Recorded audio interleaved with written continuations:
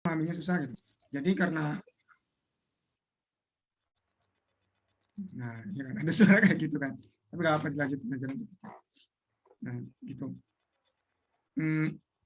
Pertemuan pertama itu menurutku kebanyakan konsep, gitu kan. Konsep dan bisa dibaca sendiri. Jadi mungkin kita bakal bahas di terakhir aja, karena nggak ada hubungannya juga sama yang lain. Jadi nggak apa ya, kita bahas, nggak usah bahas dulu pertama. Soalnya aku yakin bakal bosen banget untuk yang pertemuan pertama ini. BTW kalau kalian ada teman yang mau diajak dari kelas lain, nggak apa-apa, langsung aja dikasih linknya. Aku terbuka untuk kelas lain juga. Kalau mau ada yang mau gabung. Mulai dari yang ini. Ini sebenarnya pertemuan pertama juga. Cuma sama ibunya kemarin kan diajar di pertemuan dua ya. Tentang summarizing dan data. Nah, di sini ada karakteristik yang penting dalam data. Yang pertama itu ada center. Center itu kalau kalian lihat di tabel yang bel itu, tahu ya, yang bel kayak gini nih. Nah, yang gini. Nah, ini kan pasti ada tengahnya ya.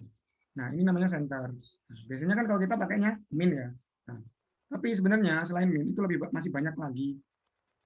Nanti kita bahas. Terus yang kedua ada variation, ya variasi itu, dan distribution. Ada outlier. Outlier tahu lah ya. Outlier itu data yang ada di luar apa namanya? Di luar usual, bukan usual, apa? Di luar dari yang di box plot itu. Di luar Q3 sama Q2, Q1. Dikali 1,5 IQR, nanti kita bahas. Tuh, terus time, ya time jelas lah ya. Waktu. Oke, lanjut. Oke, konsep, aku nggak paham ini sama sekali. Terus frekuensi distribusi. Apa itu distribusi frekuensi? Jadi distribusi frekuensi itu adalah gimana kita itu memakai data, guys. Kan kalau datanya banyak banget ya kayak gini ya, kita kan pasti kesulitan kan buat apa namanya, membuat sebuah kesimpulan gitu. Nah, biar gampang kita buat distribusi frekuensi. Nah, itu masih mudah sih menurutku. Kayak gini ya. Gitu-gitu doang sih. Terus ada lower class limit, itu batas bawah, bukan batas bawah ya. Data yang paling bawah gitu. Yang paling rendah. Terus ada upper class. Upper class itu data yang paling tinggi. Terus ada boundaries. Boundaries itu apa ya? Batas kelas. Batas kelas itu ada dari batas bawah ini dikurangi 0,5. Udah gampang banget. Gampang. Nggak terlalu sulit. Terus yang ini mid class point ya, mid class point ya antara 69 tambah 61 bagi 2 gitu. Pokoknya tengah-tengah lah. Mid kan tengah ya. Class width itu lebar kelas ya, lebar kelas. Dihitungnya dari 60 ya. Jadi enggak 61 tapi dari 60, 61, 62 aja gitu. Gampang lah. Kita cepet aja ya, biar nanti kita diskusi aja biar enak. Nah, ini ngitung class width ya tadi yang aku bilang ya. 69 dikurangi 60 per gampang lah. Terus relatif frekuensi dan percentage frekuensinya. Kalau dari yang data yang pertama tadi, kita kan punya tabel distribusi frekuensinya berbentuknya sub ya, jumlahnya berapa gitu kan. Nah, kalau yang di frekuensi apa namanya? Percentage atau sesuai dengan proporsi data yang ada gitu. Jadi di per jumlah datanya dikali 100. Contoh kayak frekuensi dari 10 data itu 2 gitu kan. Dari 10 data frekuensinya 2. Nah, berarti itu di per dengan jumlahnya gitu. 2 per 10 gitu. Dan itu biasanya di percentage. Jarang kalau yang pakai yang relatif doang, nggak percentage itu jarang kayak gitu. Hampir nggak ada. Seringnya nah ini kan. BTW aku menjelaskannya bingung nggak? Nggak. Apa nggak ada persiapan? Halo. Halo guys. Bingung nggak?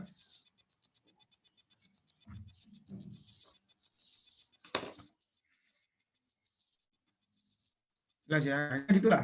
Presentasi kan gampang ya, udah tau lah pasti. Kemudian ini critical thinking. Yang ini yang bilang di bell shape. Untuk distribusi normal ini gini. Salah. Ini masih gampang sih yang bab 2, bab 1 2 ini. Bab 3 1 ini. Terus histogram. Histogram itu digunakan frekuensi yang number gitu. Ini gitulah histogram, aku terlalu paham juga. Tapi semoga bisa lah. Nah, terus ini yang digarisbawahi sama ibunya kemarin, kalau kita bikin histogram kan nanti gini ya. Nah, buat data-datanya yang di sini itu jangan pakai yang lower class limit. Lower class limit itu yang tadi dong, dari 60 sampai 69, lower class limitnya berarti kan 60. Nah, jangan pakai yang itu, tapi pakai mid class point atau class boundaries. Boundaries itu berarti kan batas atas batas bawah ya. Nah, kalau yang ini kan pakai batas atas batas bawah. Nah, ya gitulah ya. Terus nanti juga sendirilah kira-kira gimana, nanti kalau bingung ditanyain aja di grup atau gimana. Ini masih gampang sih, masih gampang. Mungkin nanti di box plot lah ya yang agak susah. Langsung aja kita ke box plot aja kalau gitu. Oh, box plot nggak ada di sini, oke. Udah, bab 1, bab 1.2 sampai situ aja. Nanti lanjutnya dibaca lebih lanjut sendiri aja. Aku nggak minat, nggak terlalu minat bahas yang ini. Kemudian yang kedua, bab 2 itu statistik for describing, exploring, and comparing data. Nah, di sini nanti kita bakal nemuin yang aku bilang tadi, data center itu apa aja, terus variation itu apa aja gitu. Nah, nanti kita bahas di sini. Yang pertama ada mean. Mean itu rata-rata kan. Rata-rata. Ya, segitulah pokoknya rata-rata. Paham lah pasti ya. Rata-rata ini didapatkan dari penjumlahan dari seluruh data. Kalau datanya langsung ya nggak pakai distribusi frekuensi. Caranya itu tinggal dijumlahin aja semua datanya, terus jumlah datanya berapa. Ini intinya rumusnya gitu. Ini simbol jelimet gak penting. Yang penting intinya ini. Nah, kalau yang ini digunakan untuk yang ada di yang atas ini. Distribusi frekuensi. Caranya gimana? Yang pertama yang harus kita cari itu mid class dari tiap-tiap kelas. Jadi kayak gini kan. Nah, kan ini kelasnya Nah, ya benar. Nah, ini kan kelasnya ada 1 sampai 5 ya. 1 sampai 5. Berarti kita harus nyari midpoint-nya itu berapa. Midpoint-nya tinggal data yang tertinggi 5 ditambah data yang terendah. Berarti berapa baru nanti kita asli ini mengganggu banget sih. Tiketnya kayak gitu. Kenapa ya? Apa gara-gara nggak premium ya?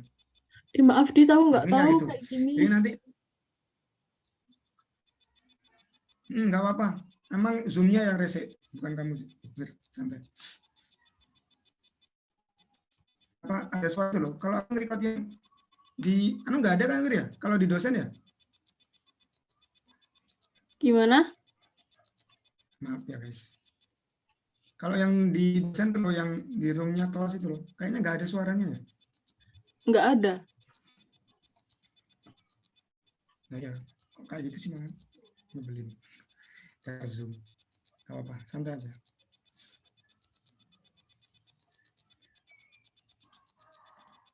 Betul, nggak apa-apa, nggak apa-apa. Aku refleks. Ininya gitu. Jadi dicari rata-rata per kelas dulu, terus dijumlahin, terus bagi sama frekuensi totalnya. Intinya kayak gitu. Terus, nah ini kan gampang lah ya. Nah kalau yang ini tuh sebenarnya sama aja gitu, sama aja kayak rata-rata yang sebelumnya gitu. Ini cuma kalau yang rata-rata yang di sini, yang pertama yang ini kan n-nya kan sama kan ya, n-nya itu sama semua. Nah kalau di sini itu n-nya beda-beda gitu, n-nya beda-beda.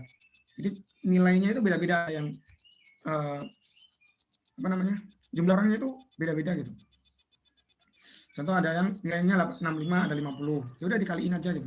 Terus ada yang nilainya 70, jumlahnya 30, dikaliin aja. Nah, gampang banget. Ininya kayak gitu. Dibagi semua frekuensi gitu. Ini ditulis gini kan sebenarnya bikin repot ya. Intinya semua frekuensi lah ditulisin gitu aja. Jadi total total mahasiswanya berapa, total siswanya berapa. Ya, gitu. Sebenarnya semua itu dibikin ribet kalau dirumus, kalau dikerjain ini gampang. Terus kalau di median ya nilai tengah, pokoknya diurutin dan nilai tengahnya aja udah ketemu itu median. Terus di sini ada bimodal itu ada dua median. Dua median itu salah. Modus. Udah median kayak gitu ya, gampang lah. Terus ada modus itu jumlah yang sering muncul, nilai yang sering muncul gitu. Nah, di sini ada beberapa jenis modus. Yang pertama itu ada bimodal, terus ada multimodal, terus ada nomor. Kalau bimodal itu berarti modusnya ada lebih dari satu, ada dua. Bi kan dua ya. Jadi modusnya ada dua gitu. Contohnya 1, 1, 2, 2, 3, 4, 5, 6, 7, 8, 9, 10. Nah, itu kan satunya ada dua, duanya ada dua. Ya udah, berarti modusnya itu ada 1 dan 2. Nggak usah dibagi ya, 1 dan 2 gitu. Soalnya modus itu nggak sama kayak median. Kalau median kan dibagi ya, tengahnya dibagi. Kalau ketemu 6 sama 7, 6 tambah 7 dibagi 2 gitu. Kalau modus enggak. Multimodal, contohnya ada banyak nih modusnya. Itu saja semua modusnya berapa ya? Ini. Terus kalau nomor itu kalau semua angkanya sama, berarti tidak ada modusnya. Tuh. Udah. Nah, kan kalau bimodal ditulis saja 27 dan 5. Enggak usah dibagi. Terus mid range itu tengah-tengah dari suatu data gitu. Tengah-tengah dari suatu data. Median kan dia frekuensinya ya, jumlahnya berapa. Kalau mid range itu enggak. Jadi contoh nih, ada angka 1, 1, 2, 2, 3, 3, 4, 5, 6 gitu kan. Nah, kalau mid range itu langsung aja. Jadi 6 plus 1 dibagi 2 gitu, langsung. Kalau median kan kita urutin dulu tuh, perlu kita urutin dulu, terus kita nyari tengahnya. Enggak akan sama, pokoknya nilai mid range itu enggak akan sama. Bisa jadi sama, tapi enggak sama kalau sama median itu enggak sama. Ada yang frekuensinya berbeda. Itu gampang sih. Senternya pokoknya ada pertama itu min, median, modus, sama mid range. Yang paling sering digunakan itu min. Jadi kalau kita nanti ke belakang, semua kita bakal pakai median, ada yang pakai modus, ada yang pakai mid range. Karena semuanya bias. Itu ya. Terus variasi. Variasi pertama ada range. Range itu lebar range itu apa ya? Jangkauannya itu berapa gitu? Jangkauannya berapa? 1 sampai 10 berarti jangkauannya ada berapa? Ada 10 min 1 gitu. Nah, kurang lebih gitu, gampang banget. Terus yang kedua ada standar deviasi. Standar deviasi ini rumusnya kayak gini. Jadi ini di Excel ada, dan lebih gampang kalau di Excel. Standar deviasi itu pertama yang harus kita adalah mencari rata-ratanya dulu. Jadi kalau di standar deviasi yang kita butuhkan itu rata-ratanya dulu. Jadi kita harus mencari rata-rata dari semua dari data tersebut gitu. Terus itu dari satuannya, satu datanya, per datanya itu kita kurangin sama rata-ratanya, terus kita kuadrat, terus kita jumlahin itu semua, gitu. Terus di per n-1. N itu jumlahnya min 1. Kalau sampel itu di min 1. Contoh. Ada data ya, 1, 2, 3, 4, 5, 6. Nah, kita cari rata-ratanya dulu. Rata-ratanya kan 1 tambah 2, kok agak susah ya mencari datanya. 1, 2, 3, 6, 6 tambah 6, 12, 12 tambah 9. 12 tambah 9. Berapa? 21. 1 bagi 5. Benar nggak? Ya benar. 1 bagi 5. Jadi kurang lebih berapa? 4, 1 bagi 5 berapa guys? 4,2 ya? 4,2. Kita ketemu rata-rata 4,2. Ini rata-rata sampel ya. Sampel itu notasinya X gitu. Rata-ratanya kan, rata-ratanya 4,2. Nah, cara nyari standar deviasi itu datanya, setiap datanya itu kita kurangin gitu. Oh, sorry, dibagi 6 ya. Sorry. Datanya dari mana?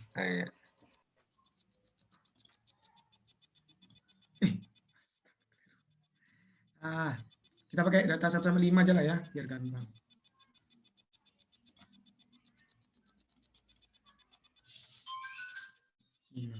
Nah, udah kita cari data sampai 5. Berapa nih?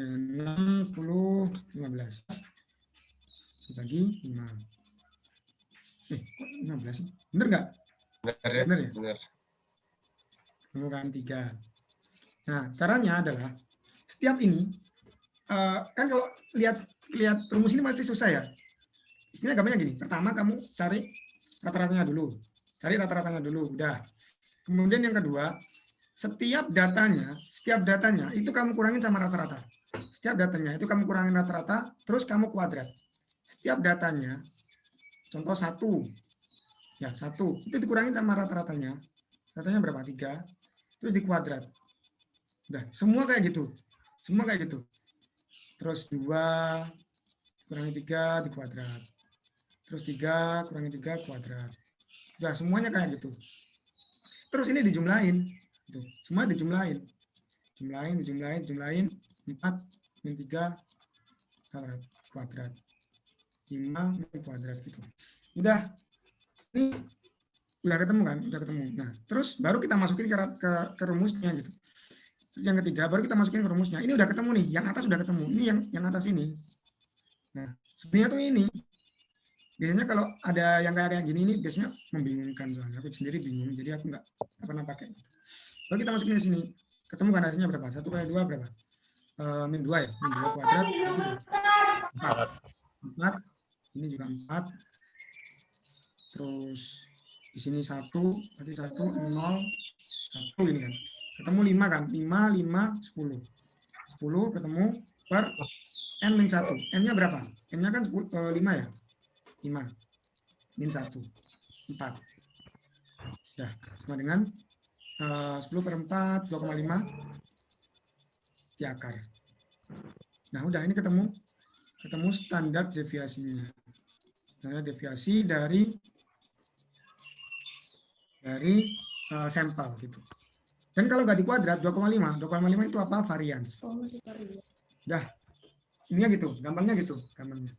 Jadi sebenarnya simpel ngitungnya, cuma karena ada notasi kayak gini biasanya bikin bingung.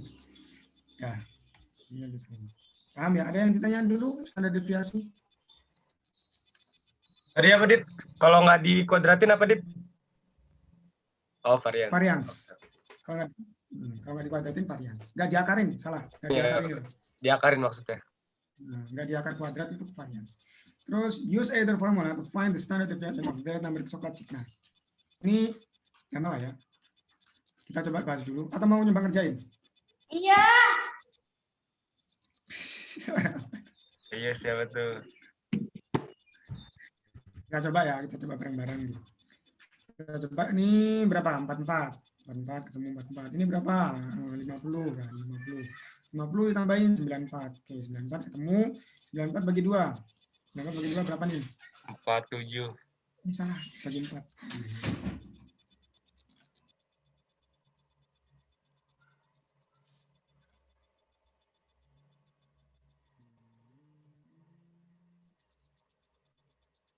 Tahu gambar lagi mana ya? Bukan. 94, ya kan? 94 dibagi 4. Berapa berarti hasilnya? 80. 4 kan 20 ya. 14 dibagi 4 Bagi berarti 4. 2,5. 3,5. Ketemu 23,5. Rata-ratanya udah ketemu nih. Rata-ratanya udah ketemu. Nah, terus lanjut nih. Ini dikurangi 3,5 di kuadrat. Nah, 22 kurangi 23,5 kuadrat. Terus ini juga sama kan ya, berarti kali 2 aja, sama ini. Terus 26 kurangi 23,5 kuadrat. Terus 24 kurangi 23,5 kuadrat. Itu sih gampang. Nah, terus dijumlahin semua. Barulah ketemu nanti apa namanya? Variansnya. Tuh, kalau udah ketemu semua dijumlahin kan ketemu berapa nih contoh X lah, dicari sendiri. X atau mau dicari sekalian, dicari aja lah sekalian. Dibagi, nanti dibagi kan ini kan ada 4, berarti kan bagi 3 ya. Nah, Kita coba cari yang ini dulu. Cari yang dulu. 22. 2 kurangi 23,5 kuadrat. Di kuadrat itu kalau di Excel itu pakai ini guys. Nah, ini. Terus kali 2 ya. Kali 2. Ya, kali 2. Nah, terus 26 kurangi 23,5 kuadrat. 24 kurangi 23,5 kuadrat. Nah, terus di zoom atau sum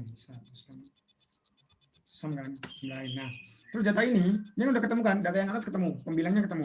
Terus data yang atas ini dibagi sama penyebutnya berapa? Kalau sampel datanya dikurangi 1. Jadi total data itu dikurangi 1. Itu kalau sampel.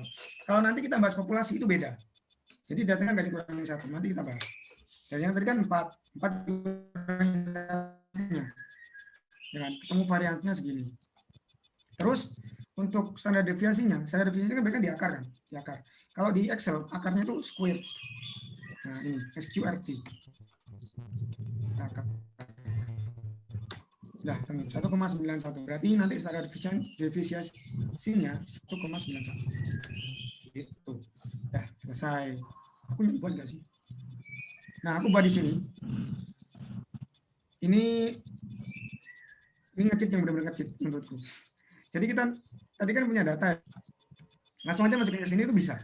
Datanya 22 berapa tadi? 26 sama 24 ya. Kita coba cocokin. Nah, udah keluar. Sudah ada visinya di sini. Kalau sampel ini, kalau populasi ini. Nah, beda kan? Soalnya pernya beda. Ketemu kan? Tadi berapa nih kita nyarinya? 1,91 kan? Benar kan? Nah, gitu. Gampangnya gitu, guys. Nah, ini kalau di Excel. Selesai. Standar deviasi kelar. Nah, 1,91, benar kan? Aman. Oke, ada yang ditanya dulu standar deviasi? Oh, nanti aja lah sekalian. Udah, ini apa? Nah, terus ini nilai usual unusual. Jadi gini, sebuah data itu kalau dicari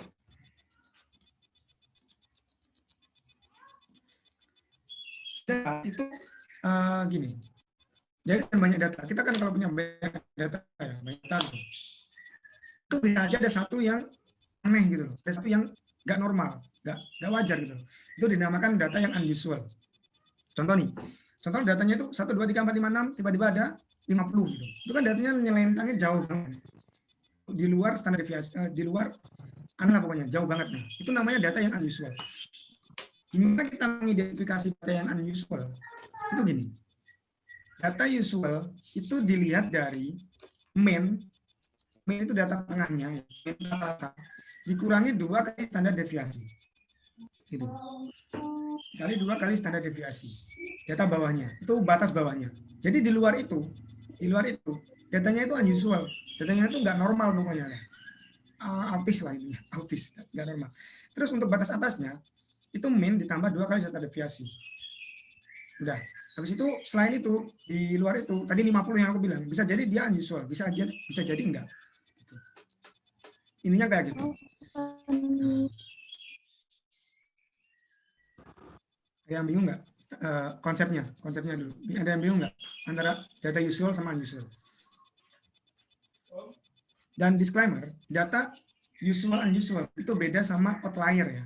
Sama outlier itu beda. Kalau outlier kita nyarinya dari Q, dari kuartil. Tapi kalau usual unusual kita carinya dari standar deviasi. Nanti ada di bawah. Kalau yang outlier gitu. Terus kita coba ini ya.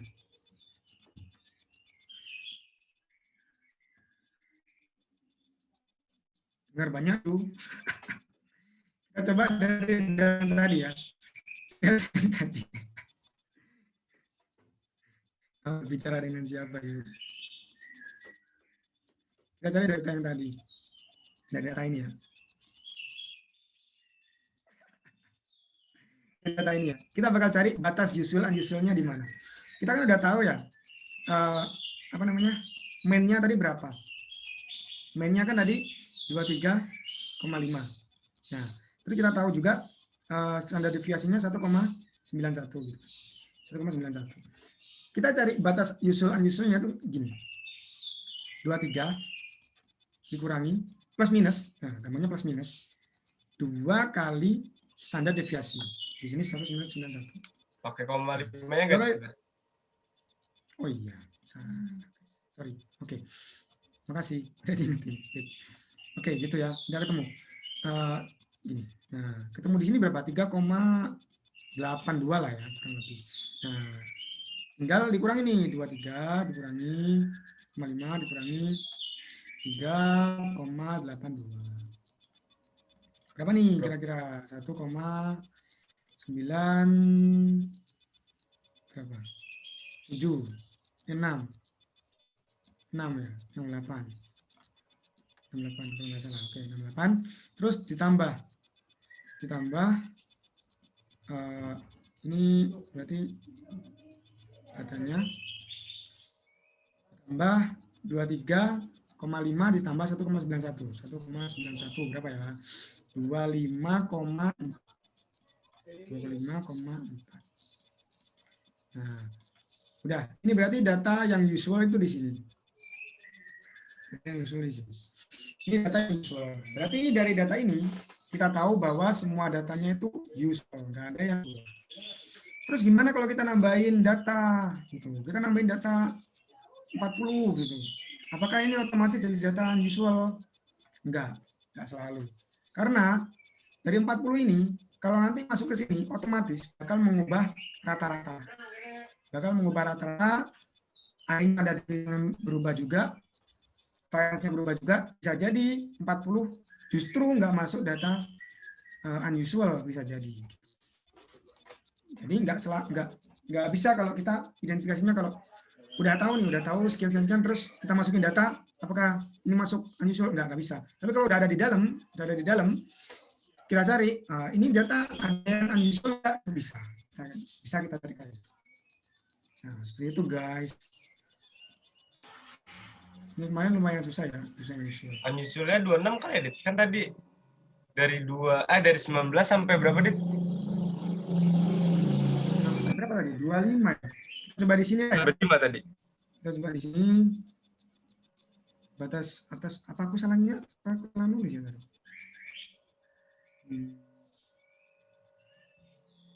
Kita coba lagi lah. Kita coba hitung lagi. Berapa tadi? Kita dapatnya berapa? 1,91 ya? Iya. Itu rata-ratanya 23,5. 2 kali 31. 39. Berarti 3,82 ya? 3,82. Aku salah jumlahin kayaknya guys. Jadi hasilnya kan 27. Oh iya benar. 32. Nah, ya salah jumlahin. Sorry. Makasih diingetin ya. Ampun, aku kenapa salah mulu anjir. Kita coba di sini, kita lihat ya. Di Excel ini udah disediain sebenarnya. Cuma takutnya nanti kan kalau soalnya uraian gitu ya, jadi nggak tahu asal usulnya dari mana. Sebenarnya kan di sini udah ada 22, 26, 24 gitu. Nah, di sini ada batas atas usual berapa? 7,32. Batas bawah berapa? 19. Nah, kalau datanya itu unusual, ini udah aku kasih notasi khusus, warnanya bakal merah. Kita coba ya. 30. Nggak bisa. 50. Belum. 100. Nah, nggak bisa coy. Nah, gini. Kalau kayak gini, nah pasti berubah kan? Tadi aku bilang kan, batas usualnya itu pasti berubah. Batas usualnya itu pasti berubah. Nah, kalau datanya kayak gini, kalau warnanya keluar merah, berarti dia unusual. Nah, sesuai kayak ini unusual. Kalau hijau, itu outlier. Nanti kita sambung lagi di belakang.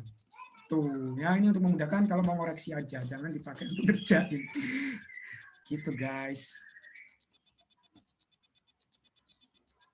Oke, beda penggunaan data outlier dan unusual. Kalau penggunaannya, penerapannya sejujurnya aku masih belum terlalu paham. Data outlier sama unusual itu kayak gimana. Cuma yang aku tahu, data unusual itu emang udah udah beda metode gitu loh. Udah beda metode. Kalau usual itu pakainya mean sama standar deviasi. Kalau outlier itu pakainya kuartil. Jadi kuartil 3 ditambah 1,5 IQR, terus batas bawahnya itu kuartil 1 dikurang 1,5 kali IQR gitu. Itu udah beda. Tapi aku nggak tahu kalau penerapannya kayak gimana. Mohon maaf. Aku belum dalami lebih dalam. Nanti kalau aku tahu langsung aku share di kelas. Itu guys, nah ya. Ya, selesai untuk usual and unusual.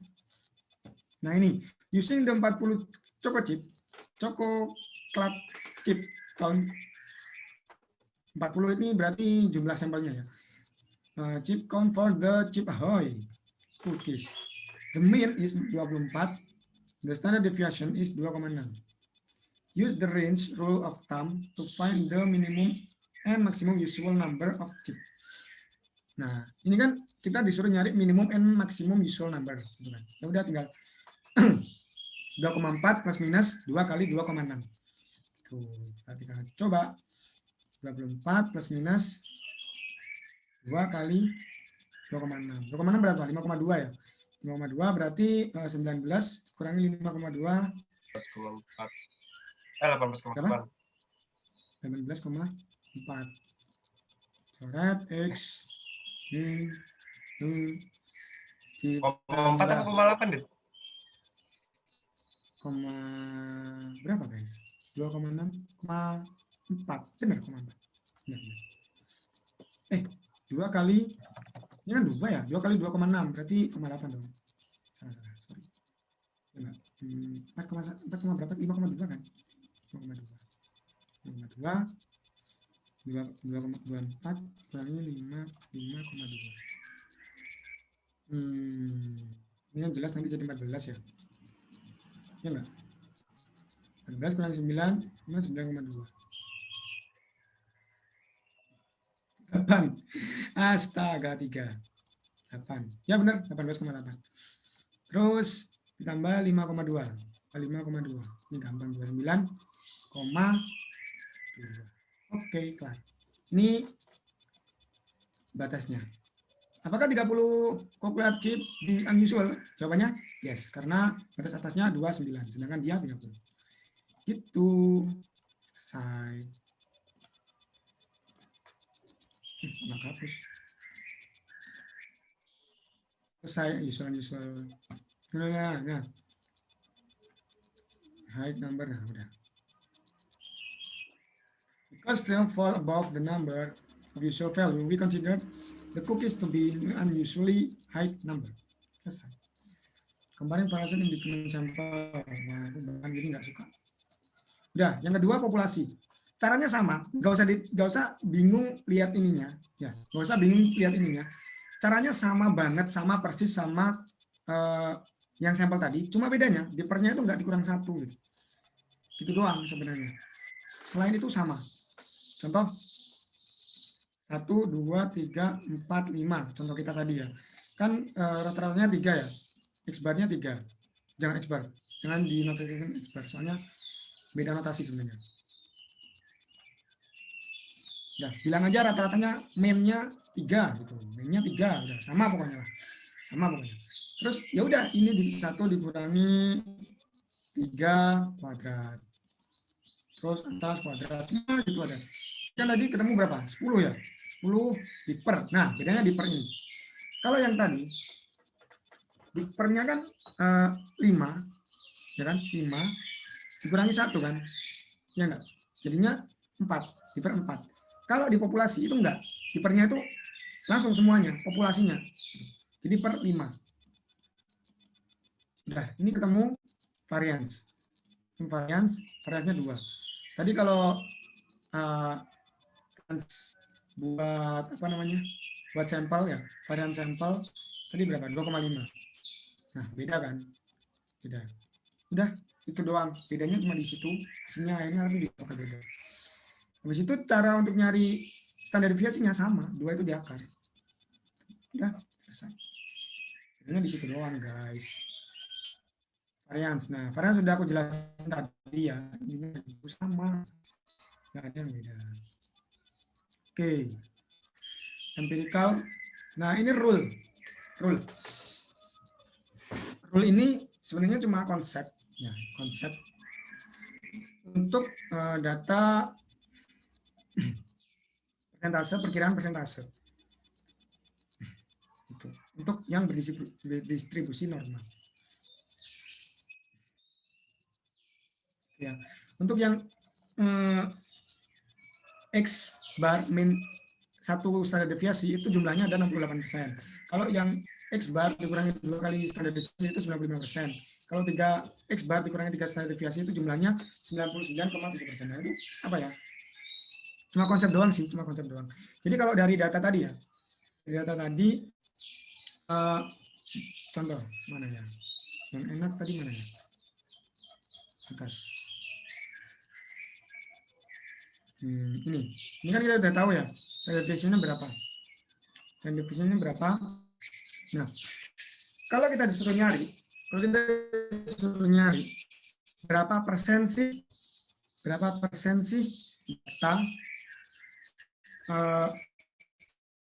yang berapa persen jumlah data dari berapa ya sebenarnya?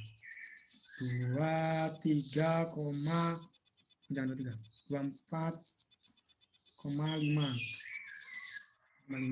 Nah, kita coba cari dulu kan. Dari yang normal aja lah, yang normal distribusi dulu. 2 standar deviasi. Kita tadi dapat min-nya berapa? 23,5 ya. 3,5 plus minus 2 kali standar deviasi. Jadi ketemunya berapa? 27, berapa lagi? 27, sekian lah ya. 27, sekian. Terus bawahnya itu berapa tadi? 19,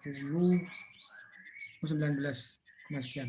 Nah, data ini 24,5 ini kan masih masuk di sini ya, masih masuk di sini. Berarti dia itu ada di kisaran 95%. Gitu. Dia ada di kisaran 95%. Apakah berhenti di sini? Enggak. Kita uji lagi yang bawahnya. Tapi di bawah juga bisa sih. Coba standar deviasi. Contoh 23 ya, 23,5 plus minus 1 standar deviasi. Standar deviasinya 1,9 ya. Anggap saja 1,9. Nah, 23 dikurangi 1,9 berapa? 22 lah ya. 21,6.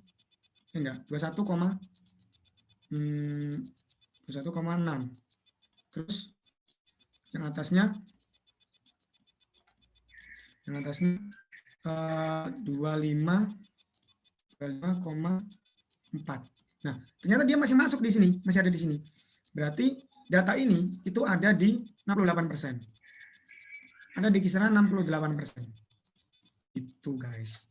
Jadi dia juga masuk 69%, 95% masuk, 68% masuk. Gitu. Tapi yang dipakai yang 68 ya. Soalnya pasti ditanyakan yang tersedikit lah biasanya. Apakah dia masuk ke 68%? Jawabannya masuk. Apakah masuk 9%? Masuk. Gitu.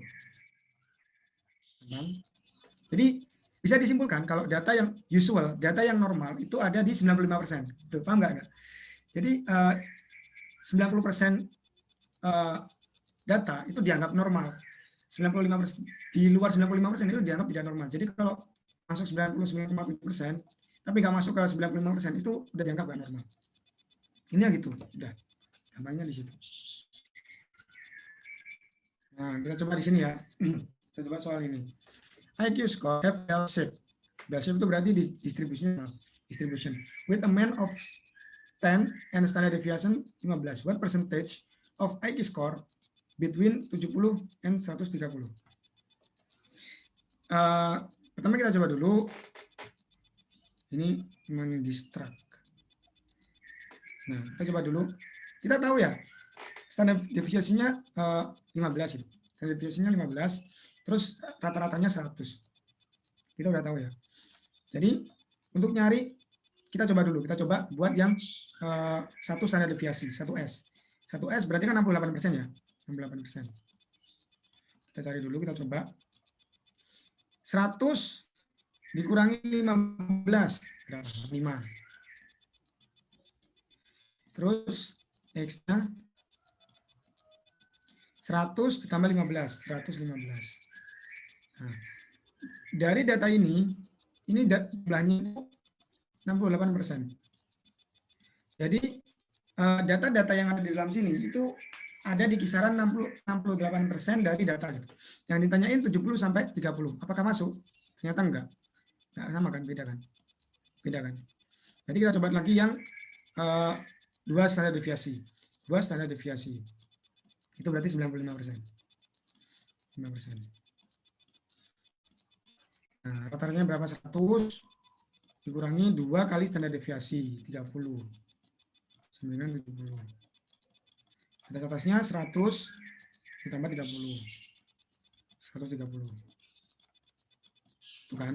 Nah, jadi data antara 70 sampai 130%, jadi 130 itu memenuhi 95% data dari seluruh sampel. Dari seluruh sampel atau seluruh populasi. Jadi kayak gitu. Nah, udah. Paham ya? Ada yang mau ditanya dulu? Mungkin kayaknya cukup jelimet. Oke, ada yang mau ditanyain? Gak ada? Gak ada? Fix? Udah? Sip, mantap. Oke.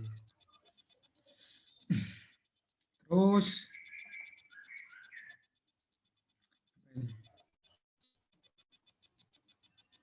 proportional fraction ini apa ya? Chebyshev ini nggak ngajarin.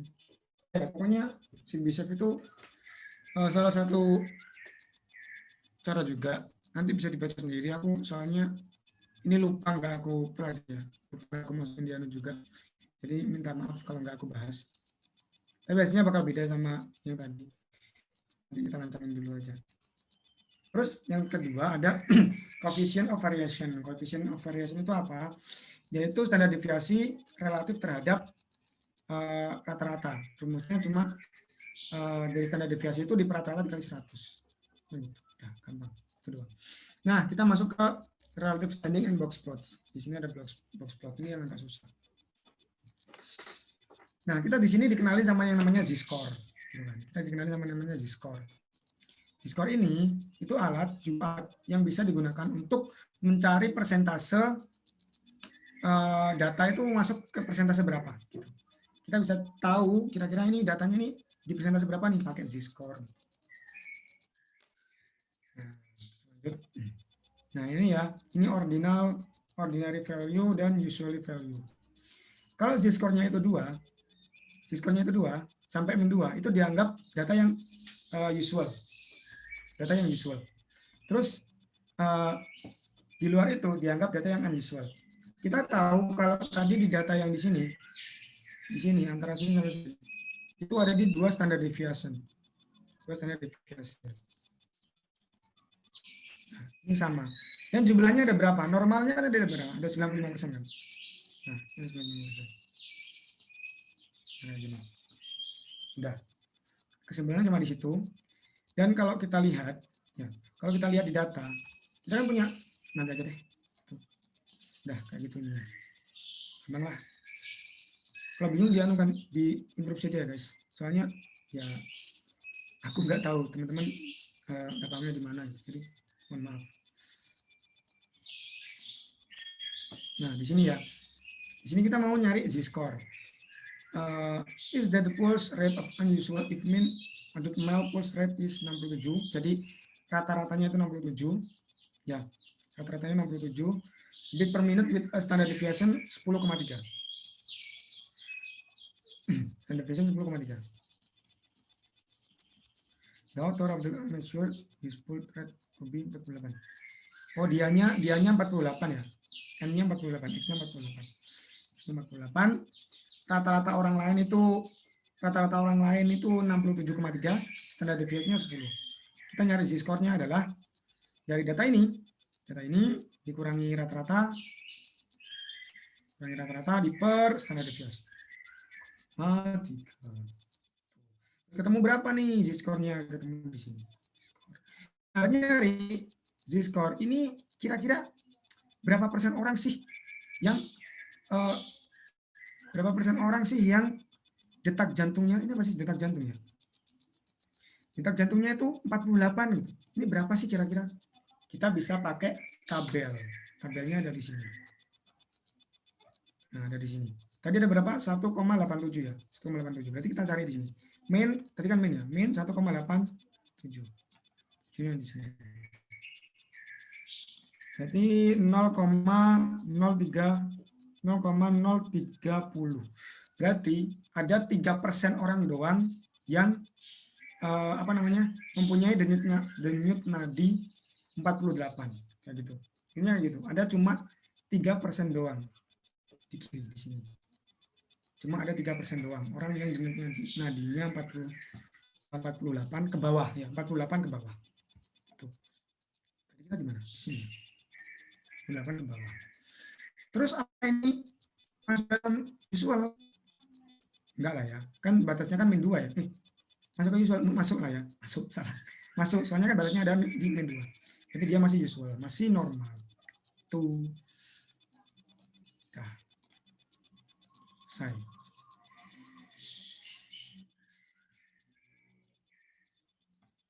ya, terus persentil ini nomor value apa ya, aku kan seneng gitu loh pakai persentil, dan soalnya jarang juga yang masuk persentil. Tidak belajar ya, aku siapin. Intinya persentil itu kita nyari di mana posisi dia di antara 100 data gitu. Jadi posisinya ada di mana. Contoh di sini ya. We see there are 10 cookies with a fewer than 23 chip. Nah, itu berarti dia di persentil berapa gitu. Jadi tinggal di 10 per datanya berapa dikali 100. Ya gitu. Sama aja mudah lah, udah nggak terlalu susah. Jadi dari kita nyarinya datanya berapa gitu, dan posisinya dia di persentil itu berapa. Itu sih mudah lah guys, insya Allah. Persentil juga. Kita langsung aja ke kuartil. Kuartil ini gimana ya guys ya? Agak terlalu rancu, jadi gitu. Agak membingungkan sebenarnya kuartil itu, kalau aku boleh jujur. Karena dia datanya nggak pasti gitu loh, nggak pasti. Kan tengah-tengahnya itu nggak pasti. Coba ya. Tapi aku coba jelasin aja sebisa. Cara kita nyari sebuah data ada di kuartil berapa, itu kayak gini guys. Contoh kita punya 10 data. Ada 10 data.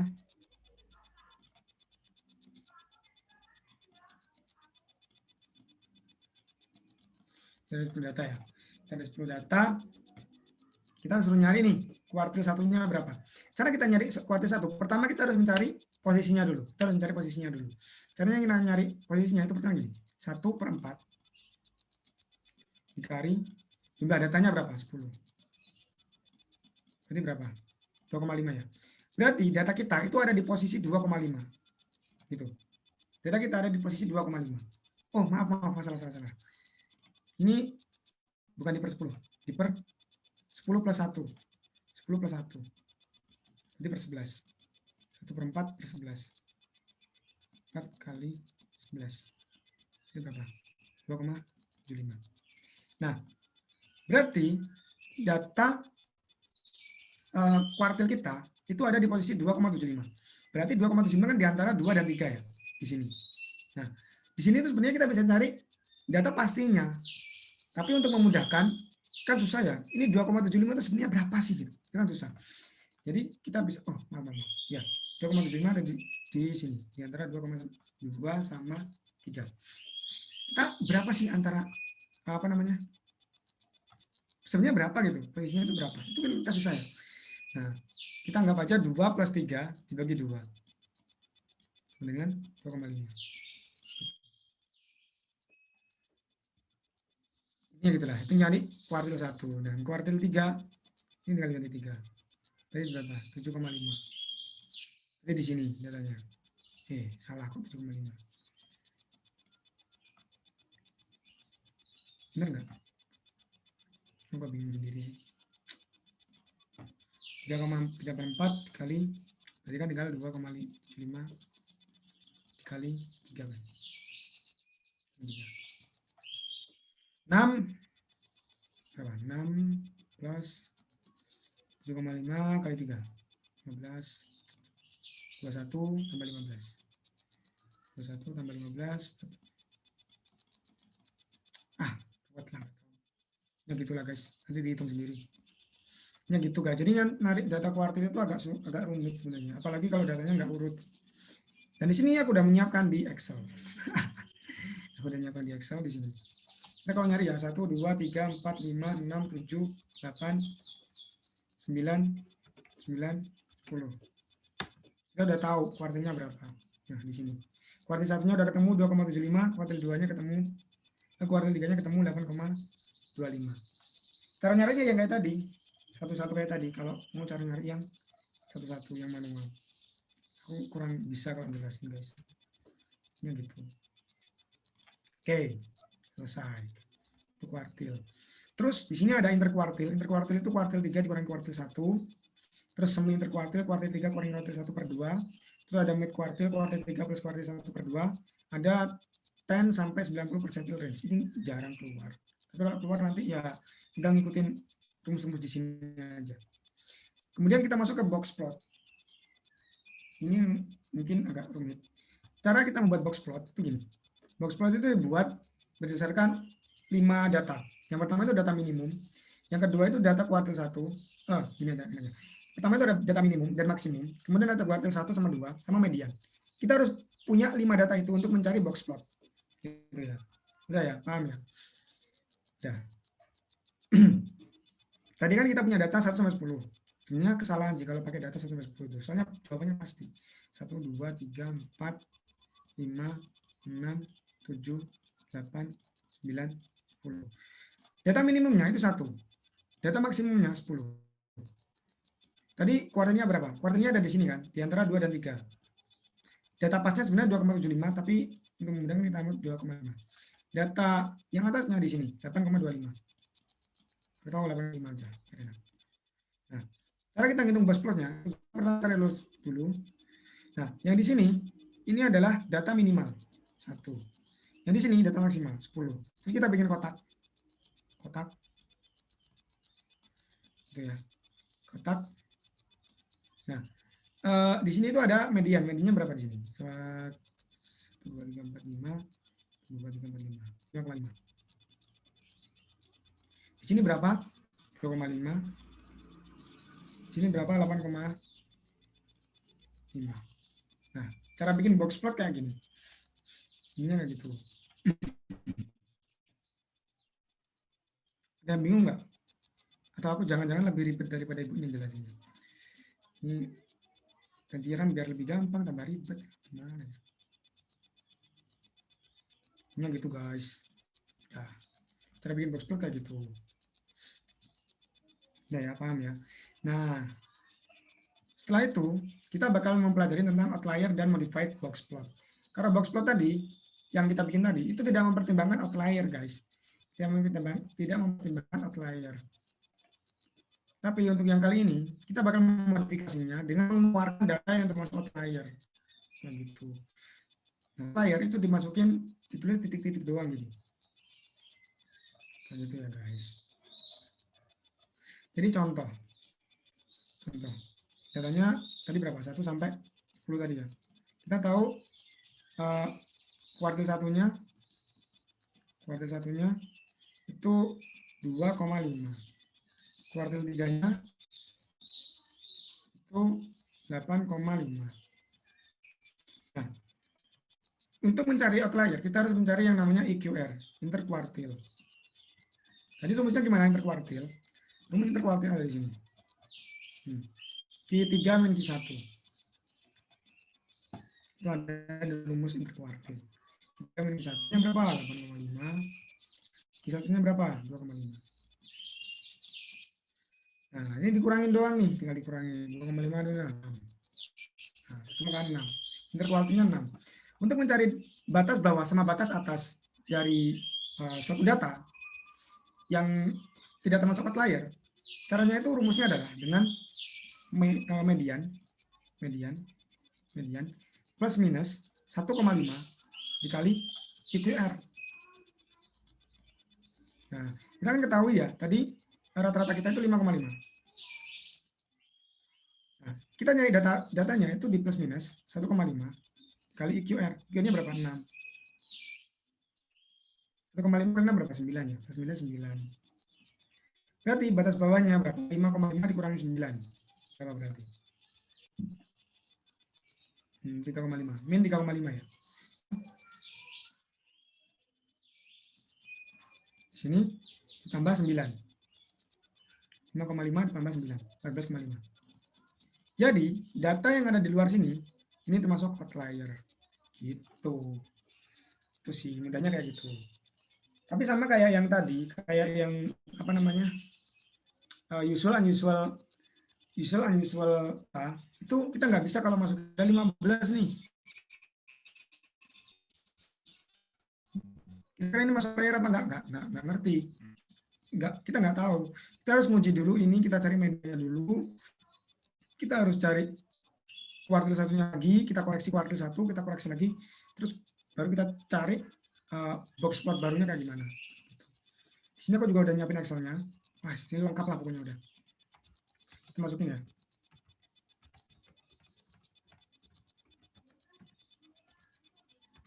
Masukin. Nah, ini kita udah bakal langsung tahu box plotnya berapa di sini. Nah, ini box plotnya. Karena kita nggak ada outlier, jadi ya udah semua kayak gini. BTW di sini box plot ini nggak mencakup outlier ya guys. Jadi kalau ada outlier nanti teman-teman harus apa ya, dimodifikasi sendiri. Contoh 80. 80 ini kan outlier ya. Nah, kalau outlier aku masukin warna hijau. Dan aku pengen teman-teman tahu kalau di sini aneka hijau itu pasti outlier dan pasti unusual. Tapi kalau merah ini unusual dan enggak outlier gitu ya. Enggak sama. Update ulang, Dit. Kalau Nah, dari data ini ya, dari data ini kan kalau hijau ya. Kalau hijau itu outlier. Nah, outlier. Kalau merah unusual. Tapi ini nggak selalu gitu loh guys. Kalau hijau ini bisa juga dia unusual juga gitu. Soalnya kan nggak bisa ya kalau warna hijau sama merah sekaligus gitu. Jadi kalau nemuin data kayak gini, aku minta tolong buat teman-teman coba dicek lagi lah. Coba dicek lagi antara unusualnya itu bener apa enggak gitu. Tapi kalau udah hijau udah pasti outlier, udah pasti outlier. Kalau merah udah pasti unusual. Tapi kalau hijau nggak tahu nih, dia bisa jadi unusual gitu, unusual juga. Tapi bisa juga enggak. Paham nggak? Bingung nggak? Kalau data hijau, ya data hijau itu pasti outlier, pasti outlier. Kalau data merah, udah pasti unusual. Kalau data hijau, dia itu nggak mesti, bisa unusual, bisa enggak. Tergantung kita nanti ngujinya gimana. oh iya. Oke ya. Tapi kebanyakan kalau udah hijau pasti unusual, pasti itu. Kebanyakan, nggak pasti sih kebanyakan. Nah, karena ada tambahan data tadi itu kan molor ya sampai sini. Nah, tapi kan kita tahu ya kalau data 80 itu dia masuk outlier kan. Di sini berarti dia outlier. Harusnya dia digambar titik doang kan. Nah, teman-teman aku pengen teman-teman koreksi sendiri aja. Koreksi sendiri. Kalau dia di sini itu digambar titik dan titik satunya itu data teratas setelah outlier. Jadi di sini kita teratasnya kan 10. Nah, berarti garisnya cuma sampai sini doang nih. Sampai 10 doang.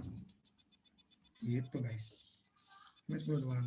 Ini sampai sininya ini titik doang. Gitu. Udah, itu doang sih. Enak lah, insya Allah enak. Udah, kelar.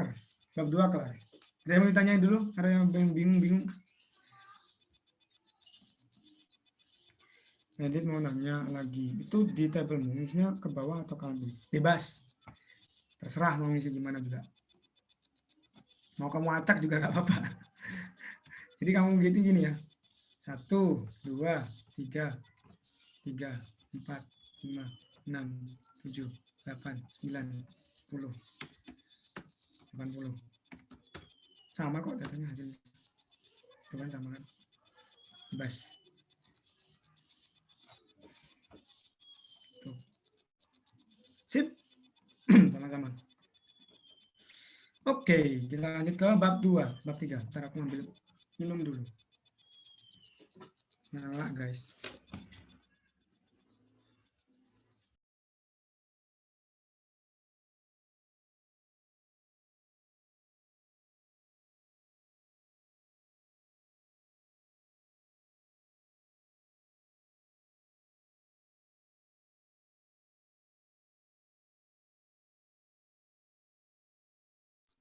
Oke, sekarang kita bakal bahas probability. Probability itu apa sebenarnya? Probability itu peluang, ya, peluang. Bahasanya doang susah probability. Sebenarnya peluang. Gitu. Peluang keluarnya suatu data. Contoh kita ada 10 nih, 10 data, 1 sampai 10. Peluang keluarnya data 1 itu berapa? Satunya kan cuma 1 ya, 1/10. Udah gitu doang. Konsep dasarnya itu doang sebenarnya. Nah, di sini ada analisis result. Ini nggak tahu aku ya, ini hubungannya sama probability apa, tapi aku coba jelasin aja. Ininya gini guys, ini membingungkan aku awalnya, cuma kesimpulannya gini. Data yang benar itu true, kalau salah false, gitu. Kalau benar true, kalau salah false, gitu ya. Kalau benar true, kalau salah false. Jadi gini,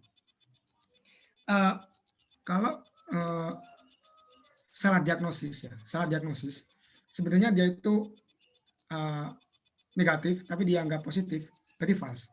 Dia negatif tapi dianggap positif, berarti false. Itu kunci di situ. Kalau nggak sesuai dengan kenyataan, ininya false.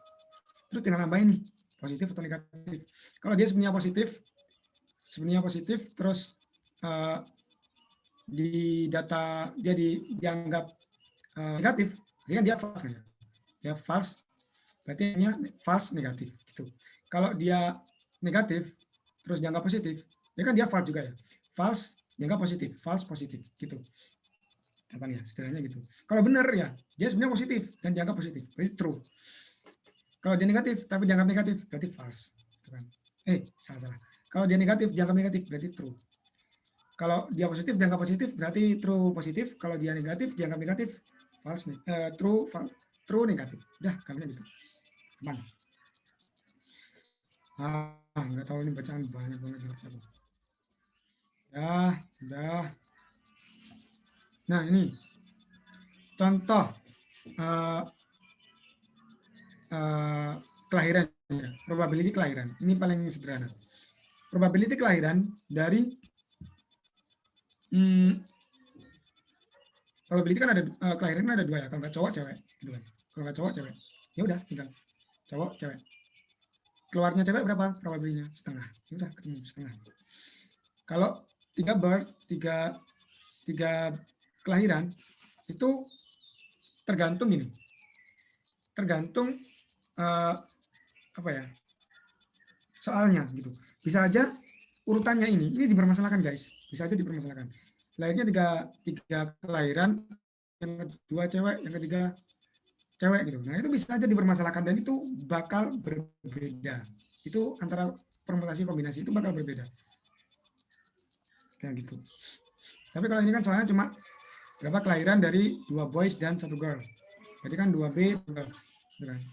Udah kita cari aja yang boy dan 1 girl. Berapa? Ini 1, 2, 3. Per 1, 2, 3, 4, 5, 6, 7, 8. Ya. Dan kalau teman-teman kan ini ada datanya ya. Datanya itu berapa? Cara kita nyari datanya itu 2 pangkat jumlah kelahirannya. Berapa? Jadi kan itu kelahirannya 3 ya. Berarti 2 pangkat 3, 8. Karena gitu guys. Itu ya. Ada yang tanyain dulu sebelumnya? Ya, paham ya. Yang probability belum bikin cheat sheet-nya, aku bingung bikinnya. Ini ada berapa opsi yang ada di dalam? 9. Lumayan lah. Aku nggak bakal lama-lama, soalnya aku tahu terdepresiasi semakin. Kemarin beneran cuma belajar privat sama Yuda. Dah, itu doang sih, basic of probability. Dah. Nah ini. Trait of same gender.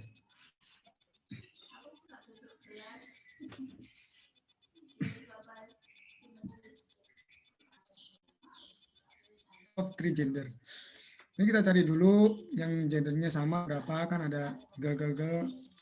Ya udah 2/8. Ini sebenarnya ada rumusnya guys, cuma karena datanya dikit lebih baik ini. Dan aku lihat kayaknya nggak ada deh yang datanya banyak di soal.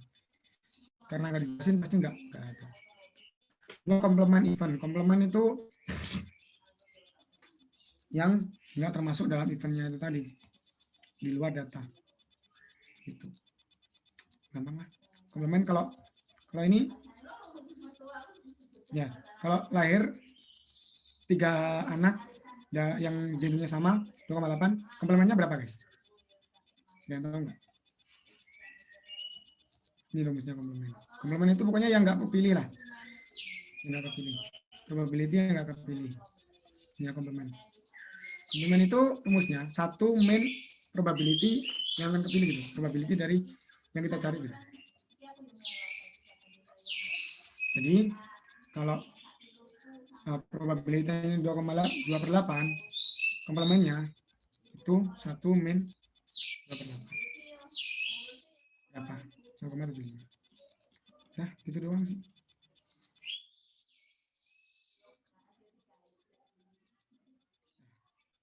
Nah, komplemen.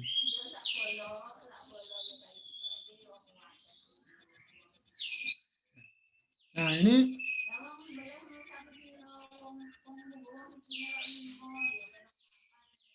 data kemudian ini apa ya? Or dan. Aku nggak tahu ini bahasnya apa. Ininya gini.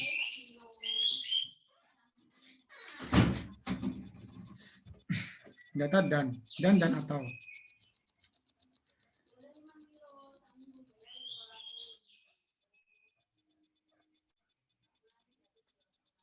Data dan atau. Kalau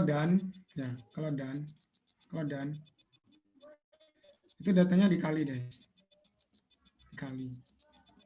Kalau or itu jumlah. Salah enggak sih? Mau kembali? Oh enggak, benar. Kalau or itu ditambah, kalau itu dikali.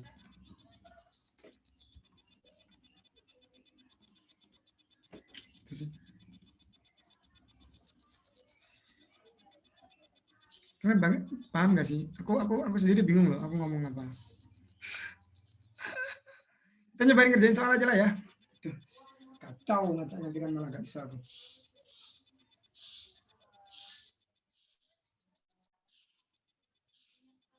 Oke, kita nyoba ngerjain soal aja. Kita nyoba ngerjain soal. Sini. Refer the following table summarizing result from the study people who refused to blah blah blah blah blah blah. Penting. Nah, terus pharmaceutical company is interested in opinion of the elderly. Jadi dia tertarik dengan orang-orang yang tua. Because they are either receiving mediocre or will receive soon. The probability that the selected subject is someone 60 and over who responded. Jadi dia inginkan data dari orang yang berusia 60 atau orang apa namanya? Data 60 ke atas ini. And who responded. 60 ke atas dan yang merespon. Data 60 ke atas and over who responded. Ya kan? Data 60 ke atas dan who responded. Kita tahu di sini 60 ke atas kan ada di sini, dari sini. Tapi yang responded cuma ini kan. Jadi ini. Ya udah tinggal 202 per totalnya. Totalnya ini semua ini dijumlahin. Gitu. Udah ketemu. Itu probability-nya dari 60 and over. Kemudian soal yang kedua. What is the probability that selected person refused to respond or is over 59 years age? Gitu kan. Nah, kita coba. Probability selected person refused to respond. Nah, refused to respond kan di sini ya berarti ya. Refused to respond di sini. Kemudian over 59 years of age. Di atas 59, otomatis 60 sampai 100. Nah, berarti di sini datanya. Nah, ini kan ada data yang dipakai dua-duanya ya guys ya. Ada data yang dipakai dua-duanya. Nah, data yang dipakai di dua-duanya ini, kalau teman-teman mau pakai rumus itu bisa. Tapi kalau nggak mau pakai rumus, manual aja juga bisa. Kalau mau pakai rumus, caranya di sini. Nah, Ini caranya. Tapi kalau nggak mau pakai rumus, ya bisa juga. Caranya gimana? Nah, gini. Kalau nggak mau pakai rumus ya, kita ambil aja yang ini ya, kita pakai pakai di sini. Yang berarti yang ini nggak kita pakai, berarti cuma 202 per jumlahnya berapa, totalnya berapa, ditambah. Ini udah nggak kita pakai di sini kan? Yang 60 ke atas udah nggak kita pakai, yang refused kita nggak kita pakai, berarti kita pakainya yang di sini. Kita masukin di refused. Orang-orang yang refuse dan di atas 60 tahun itu kita masukkan ke data orang-orang yang refuse. Di sini ada 31 ditambah 33, 64 tambah di sini 80, 107. 107 tambah 49. 156. 56 per stay. Berarti 202 tambah 156 berapa? 358 per T. Nah, ini probability-nya. Udah ketemu. Kalau mau nyari sesuai rumus, ya nggak apa-apa. Caranya kita cari dulu yang 60 N over. Berarti kan ini ya. 60 N over kan semua ini masuk ya. Berarti kan ada 251. Jadi 251 per T ditambah di sini ya 156 per T kurangi datanya yang gabungan yang dan 49 sebenarnya sama aja sih, sama aja. Dah gitu doang. Terus yang C, market research is not interested in refusal or subject below 66 years of age or over 59. Find the probability that the selected person refused to answer is 30% refused to answer or is below 22 or is older than 59. Yang pertama, refused to answer. Ini. Yang kedua, below 2 di sini. Yang ketiga, older than 9. Nah, intinya data yang udah refusal, ya, data refusal, nggak usah dipakai lagi di yang 60 and older atau 22 dulu, nggak usah dipakai. Jadi yang dipakai 3 per T per N ya totalnya plus 202 per N plus berapa nih? 156 ya. Ini nanti berapa? Guys. Lanjut. Multiplication rule. Multiplication rule itu event yang muncul setelah event yang pertama berhasil atau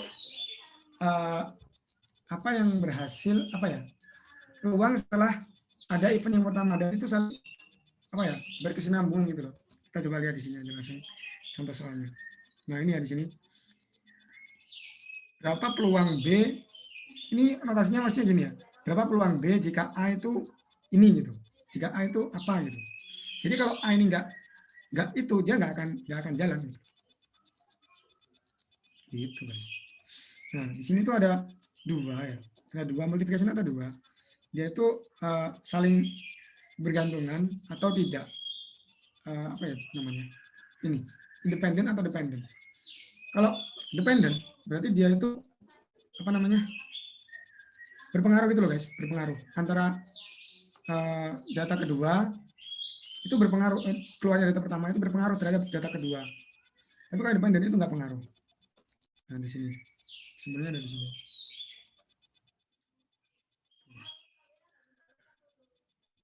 Nah biasa contoh soalnya kayak gini. Suppose 50 drug test result are given from people who use drug. If 2 of 50 subject are randomly selected without replacement, find the probability that the first person tested positive and the second person tested negative. kita coba lihat yang pertama. 100% itu tested positif. Berarti persennya positif ya. Positif berapa? 44 ya. 44 totalnya 50. Nah, kemudian and second person tested negatif. Nah, ketika kita mengambil satu kan dijelasin di sini without replacement ya. Replacement. Nah, kalau tidak ada replacement kan ini udah kita ambil satu kan. Jadi ini udah berkurang satu nih. Jadi 49. Dan yang kedua, orang yang kedua itu negatif. Yang negatif kan ini. Ini 6 49. Udah sederhananya gitu.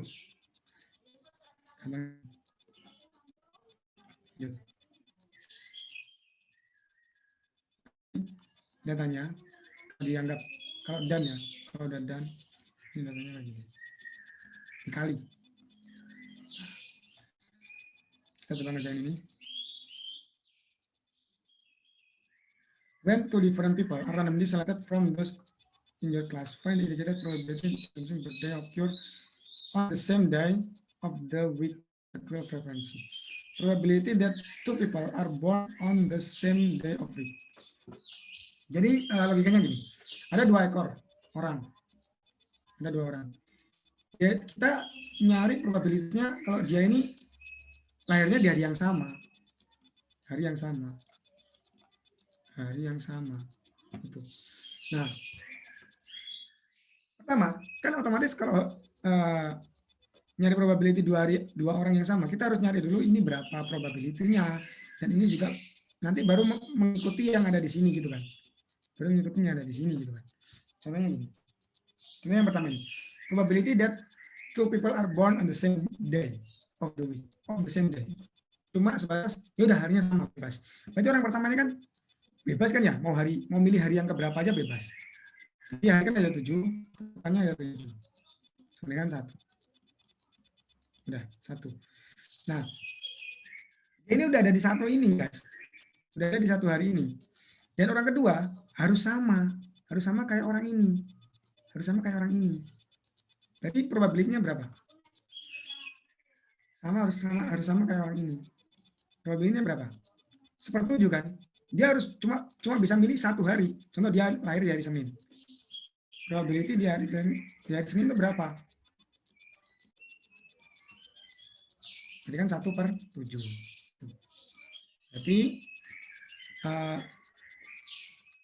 kesimpulannya adalah jadi dia 7/7 dikali 1/7 dengan 1/7. Nah, itu kan. Terus yang kedua, the probability that two people are born on Monday gitu. Ya, born on Monday. Probabilitas dari kedua orang di Monday. Ini kan yang pertama tadi, dia itu bebas nih milih apa aja bebas. Jadi kan ada 7/7. Sedangkan yang ini dia udah ditentuin harus lahir di hari Senin gitu. Jadi orang pertama juga bisa milih, dia hanya bisa milih di 1 hari yaitu hari Senin. Gitu. Dan yang kedua ya udah dia juga harus milih di hari Senin juga dong. Jadi 1/7 juga. Kan. Jadi hasilnya 1/49.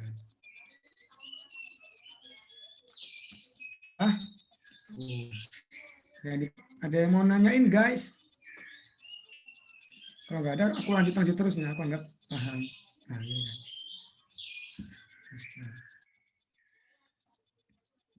kan. Ya, paham ya, paham. Oke. Terus kita lanjut.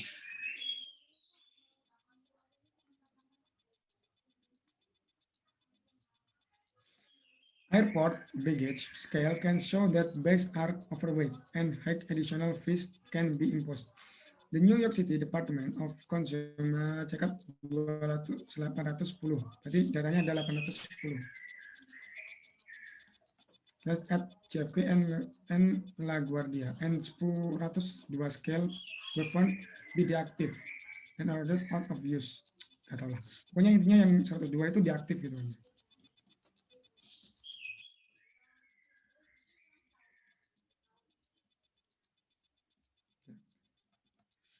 Find 2 of the 180 scale are randomly selected with replacement. Jadi kalau with replacement itu dibalikin guys, datanya dibalikin. Find the probability that they are both deactive. Ya udah, tinggal 102 per 810. Ini kan keduanya ya. Keduanya berarti kan dan kan, bukan atau. Kali 102 per 810. Nah, ketemu. If two of the 800 scale of randomly selected without replacement, find the probability that they are both deactive without replacement. Carilah peluang dia itu dua-duanya positif. Ya kan, tinggal 102 per 810 dikali. Kan tadi yang diaktif udah ketemu satu ya. Udah ketemu satu. Berarti kan tinggal 110 dong. Ya enggak. Ya. Terus totalnya juga kurang satu, soalnya udah diambil satu. Jadi 809 kali ini. Ya udah ketemu datanya berapa. Tinggal dikaliin aja. Itu guys. Terus a large population of full scale include exactly ini gimana sih? A large population of full scale include exactly 1259 di active scale. If 5 scale are randomly selected from this large population without replacement, find the probability that 5 are active. Oke. Soal ini itu di luar soal ini beda. Dia beda. Udah enggak sama lah. Kan dia pakai datanya 10.000 ya. 10.000 yang diaktif 1529. 1529. Nah, kalau datanya itu ada kurang dari 5%, data yang diambil itu kurang dari 5%, ya, data yang diambil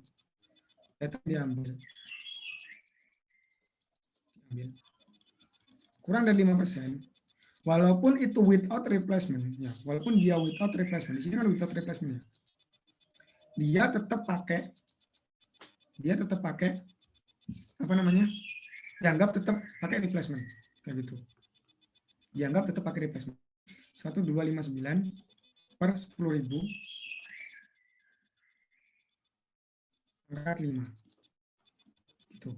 Tapi nyari dengan without replacement juga gak apa.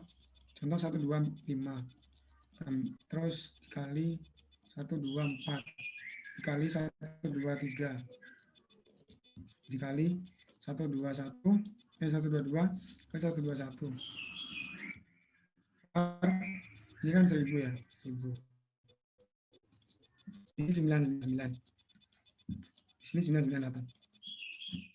Sini 997. Sini 996. Ini enggak masalah. Bisa juga. Pokoknya kalau teman-teman pakai yang ini harus dikasih kelasan. Data yang diambil kurang dari 5%. Tuh.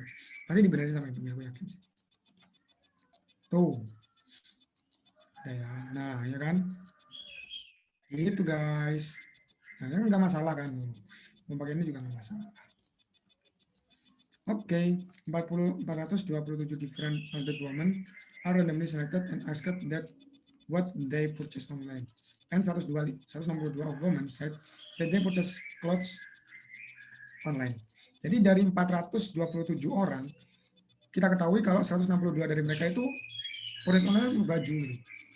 427 semua purchase online gitu. Nggak tahu kan apa aja gitu. Nah, yang 162 itu dia itu purchase untuk baju. Terus soal. Jika dua dari yang disurvei random terpilih tanpa pengembalian, berapa probabilitas mereka keduanya memilih untuk kategori clothes? Berapa kira-kira? Ada yang mau coba jawab nggak?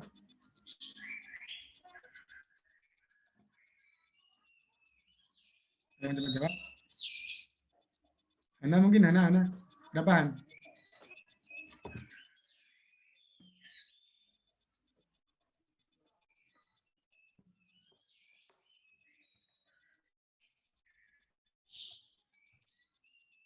Nanti bingung ya? Kalau teman-teman bingung, bilang aja nggak apa-apa ya. Nanti aku bisa. Ini ya. Di sini ada jumlah semesternya. jumlah yang orang yang belanja online itu ada 427 total nih, semua orang yang belanja online. Terus dari 427 itu 102 orang itu dia belanja baju. Nah, di sini jika ada 2 orang, ya kita comot dari sini, kita comot 2 orang aja, kita comot random tanpa pengembalian. Jadi kalau udah kita comot, kan nyomotnya nggak mungkin 2 langsung barang itu, enggak, comot 1 baru comot lagi 1. Nah, jika kita ambil 2 orang tanpa pengembalian, berapa probabilitas mereka berdua itu kategori clothing? Jadi berapa probabilitas dia itu belanja baju gitu? Kan dari 427 ini campur kan, ada yang belanja baju, ada yang belanja selain baju. Gitu. Caranya gimana? Caranya untuk tahu probabilitas, kan probabilitas itu sebenarnya gini. Dari angka 1 sampai 10,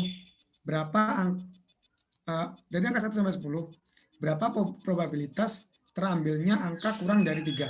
Gitu. Kurang dari 3 ada ya? Semua ada 10, berarti per 10. 2 per 10, ada 5. Ada 5, 50%. 2 per 10 berarti berapa?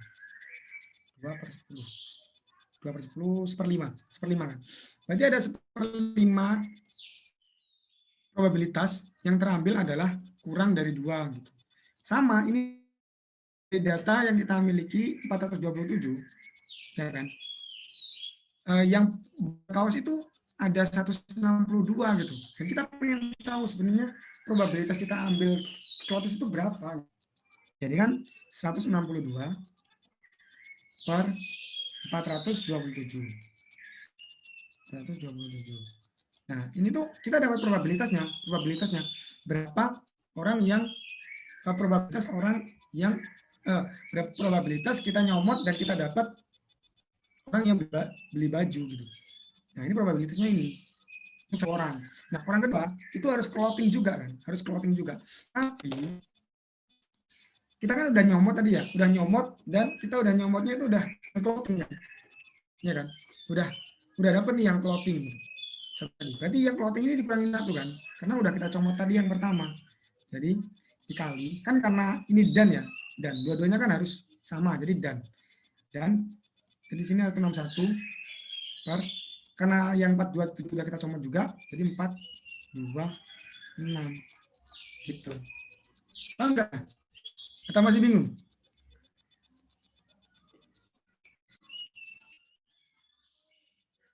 Contoh lain. Jika dari 427 orang ini 2 orang. Ambil 2 orang. Yang pertama itu non-clothes, ya, non-cloth.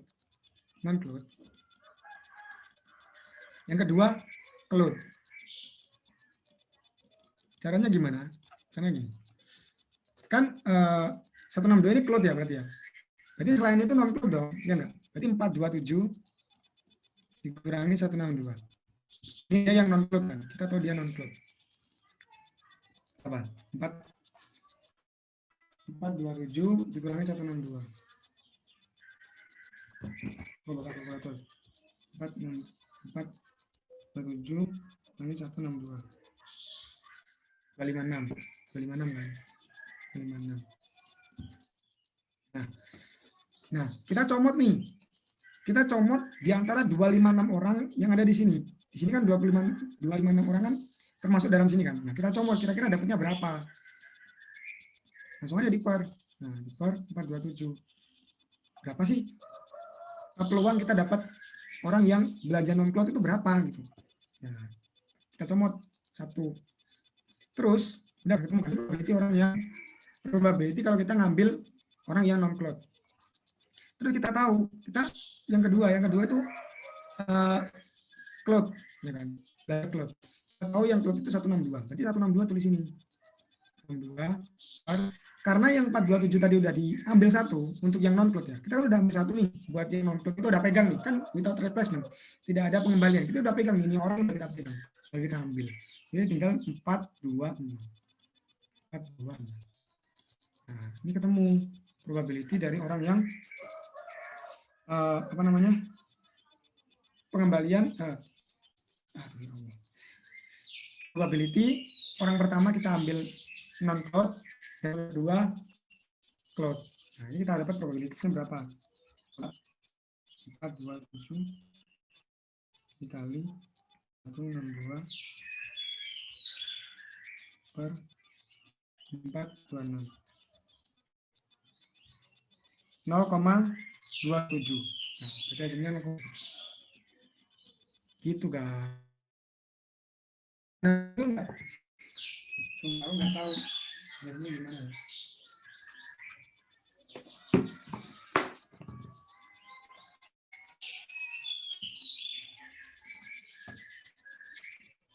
Enggak.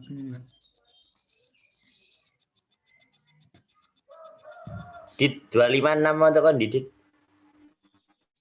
Itu yang non cloud dia kan yang cloud kan ketemu 162 ya yang cloud. Yang totalnya ada di sini berarti kan yang non cloud kan di luar ini kan. Berarti 427 dikurangi 162. Oh, oke. Gua tahu nih 47 kurangi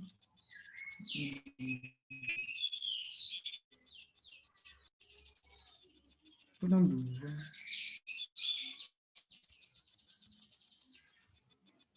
Oh iya, salah. Bukan 256. 265. Thank you, Yop. Nggak diingetin. Salah. Gitu, guys. Udah ya. Semua ya. If 10 different survived women are randomly without replacement, probability that cause the category of clothing. Jadi, mereka semua tidak memilih clothing gitu kan. Tidak memilih clothing. Jadi kan di sini kan 165, 162 kan clothing. Berarti kan yang non clothing kan yang ini kan, yang 265 kan. Kita aja 265 per 427 kali 265 264 per 4 dan seterusnya sampai 10. Gampang begitu kali guys. Tree diagram ini untuk memudahkan aja, ini konsep doang tree diagram itu. Nah, terus at least one ini aku agak kurang paham, mungkin Jopi lebih paham at least one. Saya bingung gimana. Ini at least kalau setidaknya ada satu aja yang rusak gitu. Contohnya di sini ya. Top for subplace X data divided is in lot itu ada 50. Dia punya 50 VD. And they report the fake rate kerusakannya itu 1%. So the probability of being the fake, probabilitas disknya rusak 0,05. Ya kan 5% kan 0,5% kan 0,05 kan. It follow that probability of disk being good 0,995. What is the thing at least one that defect this in lot of 150? Jadi gini, rumusnya at least one adalah 1 min probability dari non terus dipangkatkan n. Ya gue. Genah. Temenan.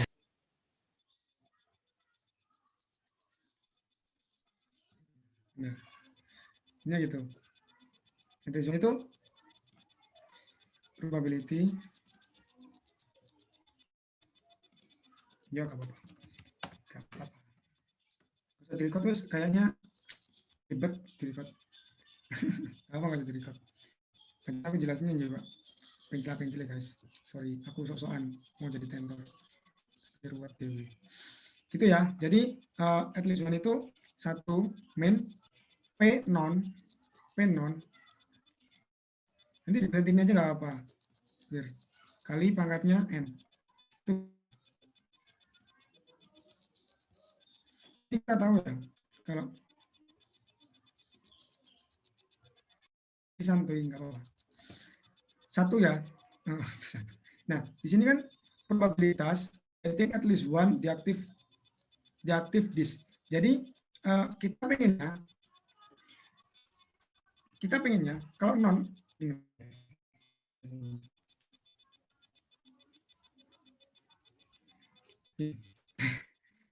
berapa probabilitas paling tidak ada satu disk yang rusak gitu kan. Ada satu disk yang rusak. Nah, berarti rumusnya adalah satu, terus probabilitas jadi disk probabilitas kalau nggak ada disk yang rusak gitu. Berapa probabilitas dari nggak ada disk yang rusak? Kalau disknya nggak ada yang rusak, berarti kan probabilitasnya di sini kan 0,995. Berarti hasilnya sini 0,995 dipangkat 50. Ini n 50. Nah ini nanti ketemu at least one. At least one. Jadi setidaknya bakal ada satu disk rusak yang ditemukan. Kalau kita balik ya, what is probability of getting at least one active disk? Berapa probabilitas ditemukan hanya ada satu disk yang rusak? Hanya ada satu disk yang rusak. Probabilitas paling tidak ada satu disk yang aktif. Satu disk yang aktif. Berarti probabilitasnya adalah nggak ada disk yang aktif kan? Nggak ada disk yang aktif. Jadi semua rusak. Karena semua rusak berarti nonnya itu rusak gitu. Probabilitas nonnya itu rusak. Jadi 1 min 0,005 dipangkat n. Nah, ini nanti ketemu at least one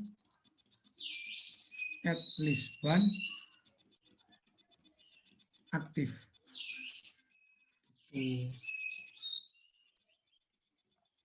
Guys. At least one itu gitu intinya. Pokoknya dibolak-balik aja. Soalnya pasti kalau at least one aktif berarti yang kita cari, yang kita lihat probabilitasnya yang aktif. Ya, yang kita masukin di sini yang nggak aktif. Kalau at least one deaktif, yang kita masukin ke sini yang aktif itu. Inti dari at least one itu kayak gitu. Kita coba. Nah, ini.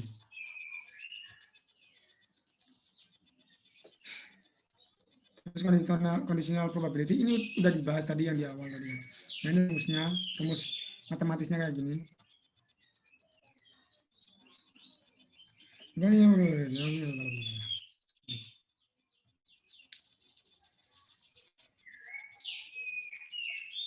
Tuh.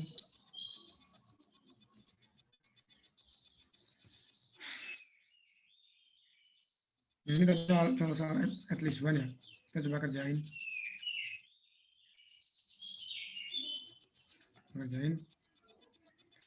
Asumsikan jika ada 2% disk drive itu rusak. Ya, 2% di situ rusak. Based on data failure. If all of your computer data are stored on a hard disk drive with a copy stored on second hard disk drive, ini nggak penting. Soal di sini ini nggak penting, nggak usah dilihat. Tahu kalau diskmu itu kamu punya 2 disk, dah kita punya 2 disk. Oke, dah kita tahu ini 2 dan penting. Lainnya copy nggak penting. Yang penting dia punya 2 disk. What is the during a year you can avoid a catastrophe? Avoid itu menghindari catastrophe kerusakan. Menghindari catastrophe with at least one working drive. Menghindari kerusakan. Berarti at least one disk yang benar. Berarti kita cari failure-nya kan, ya enggak?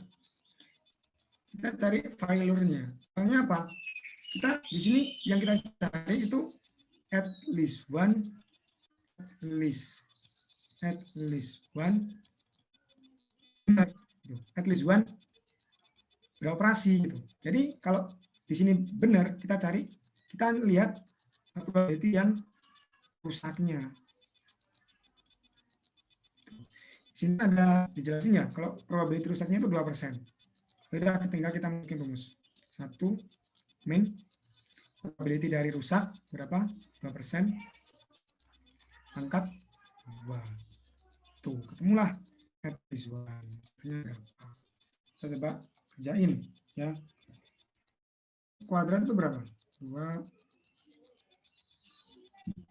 persen kuadrat. Ya, 2 per 100 di kuadrat 0,0004 ketemu di sini 0,0004 1004 berarti kan 9,999 at least one berapa probability at least one benar berarti ada 0,9996 atau 99,96%. Data probabilitasnya 99,96% kita bisa menjadi katastrof atau kita bisa kita benar. Terus if coefficient of your 3 ini kan 3 ya. Udah di sini nggak usah dilihat. Karena kita tahu kalau ada 3. You can avoid catastrophe with at least one working drive. Sama, tinggal pangkatnya ada diganti 3. Gitu. Ya, selesai. Lanjut. Ya, ada yang enggak? Bingung nggak guys? Biar aku tahu teman-teman bingungnya di mana.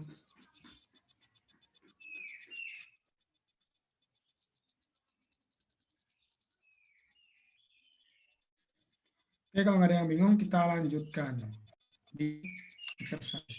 Perusahaan taksi, nah ini aku agak bingung, agak rancu. Ini sebenarnya soalnya mana gimana? Perusahaan taksi Algo di Jakarta mengklasifikasikan pengemudi menjadi 3 kelas, yaitu kelas A, kelas B, dan kelas C. Klasifikasi ini didasarkan dalam laporan probabilitas pengemudi kelas A mengalami kecelakaan paling sedikit atau 1 kali dalam sebulan adalah 0,02. Pengemudi kelas B 0,04 dan pengemudi kelas C 0,02. Berdasarkan data catatan yang perusahaan, pengemudi 80% pengemudi dalam kelas A, 10% masuk pengemudi kelas B dan 10% masuk kelas C. Pada suatu ketika, seorang pengemudi melakukan bahwa dia mengalami kecelakaan. Berdasarkan probabilitas pada bahwa pengemudi tersebut dari kelas berapa probabilitas bahwa pengemudi tersebut dari kelas A, B dan C.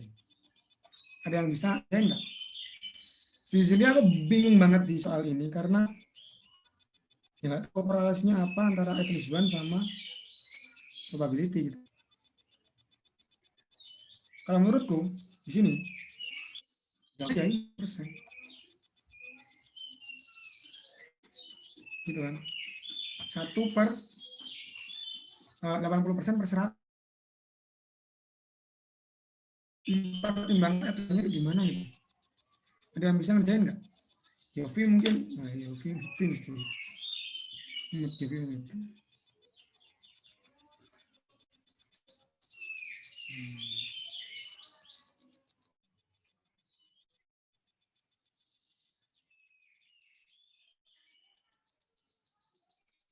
kecelakaan 0,02 plus 1 di B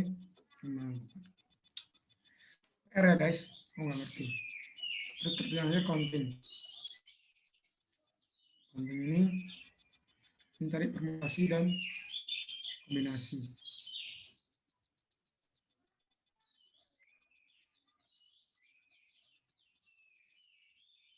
And different item.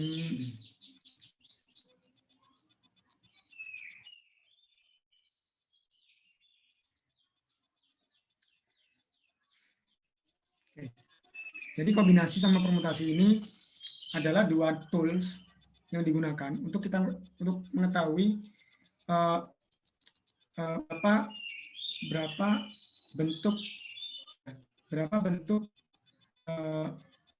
kombinasi, berapa bentuk susah buat dari beberapa angka yang berbeda, kayak gitu. Contoh ya, dari dua data 1, 2, 3 ingin 5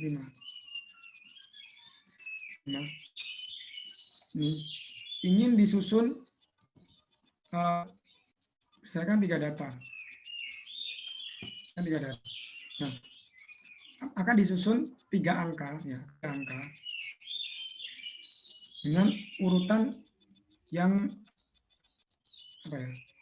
urutan yang tidak ditentukan itu. Nah, bedanya di situ. Kalau kombinasi itu urutannya ditentukan, guys. Jadi 3 sama 2, 1, 3 itu 2 hal yang berbeda. Tapi kalau pakai permutasi itu sama aja gitu, bebas, sama aja. Nah, caranya gitu. Nah, jadi kan kita nanti bakal ambil 3 angka dari 5 ya. Berarti bisa dibilang kalau ambil 3 angka dari 5 itu rumusnya 5 permutasi 3 ya. Ini dengan asumsi bahwa urutan tidak diperhatikan. Nah,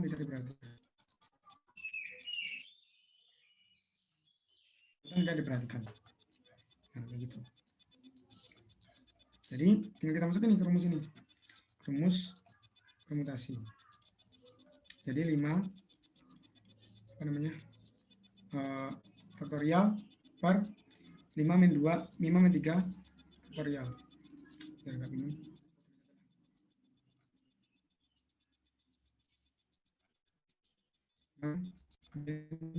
3 faktorial per 2 faktorial.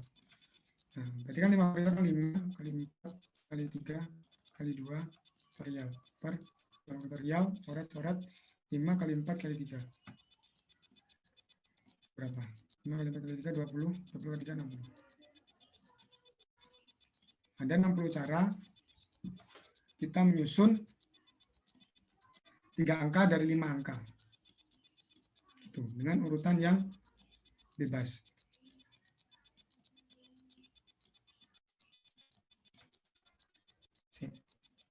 Kebalikannya.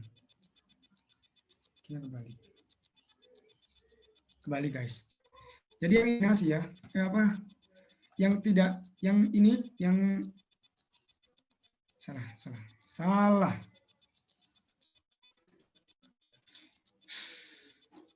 Jadi yang ini permutasi, jadi dia nggak bebas dengan urutan tertentu.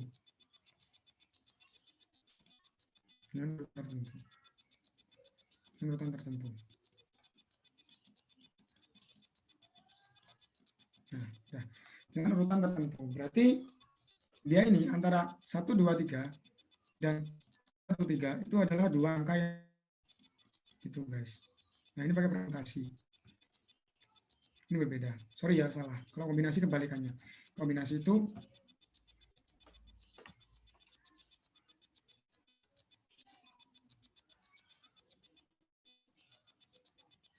ya tertentu. Ya, benar. Ini permutasi. Jadi 2 angka ini adalah 2 angka yang berbeda. Jadi kalau ditanya, berapa peluang kita akan mendapatkan angka 1, 2, 3 dari 3 angka yang diambil dari 5 angka. Itu ya 1, 2, 3. 1 per 60. 1 per 60 peluang kita bisa mendapatkan angka 1, 2, 3. Ya kayak gitulah. Oke. Kayak kombinasi ini.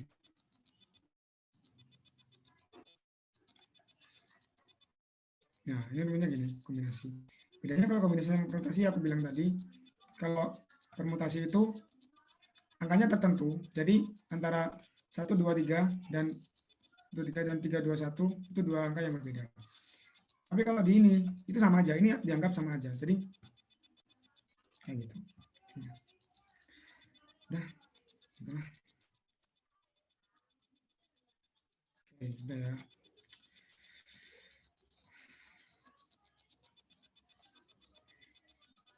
If we prepare, student totally goes, but it probably goes correctly. Study pop quiz Scotland arrange following president. Ciratmo 6. Ada 6 ya. Ada 6 orang. Even problem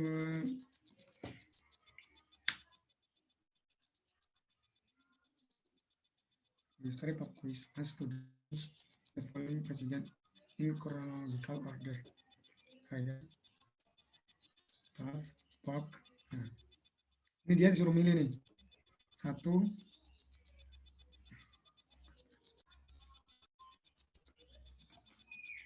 Gimana sih?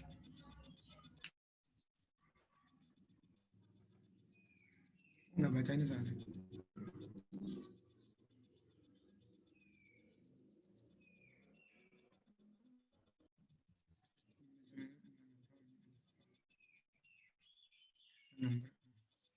Oke, kalau yang ini aku masih bingung. Kayaknya lebih simpel tapi aku malah bingung. Kita cari yang ini ya. Cari yang ini. In the Pennsylvania match 6 loto.